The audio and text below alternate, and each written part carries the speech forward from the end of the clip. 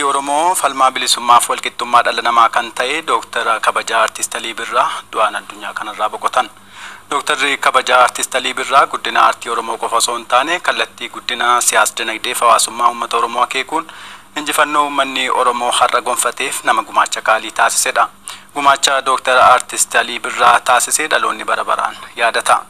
Dr. Kabajaa Artist Alii Birraa nama aartiif amanamee uummataaf jiraate waan ta'eef sirboonni isaa Itoophiyaa biratti jaalal sadarkaa idil addunyaatti immoo dinqisiifannaa guddaa argachuu danda'aniiru.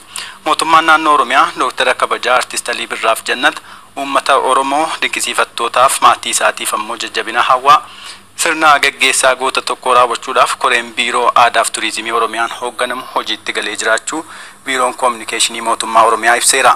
OBN's boqochuu Dr. Kabajaa Artist Alii Birraan gadda itti dhaga'ame ibsaa uummata Oromoof uummata Itoophiyaa maraaf jajjabina hawwaa.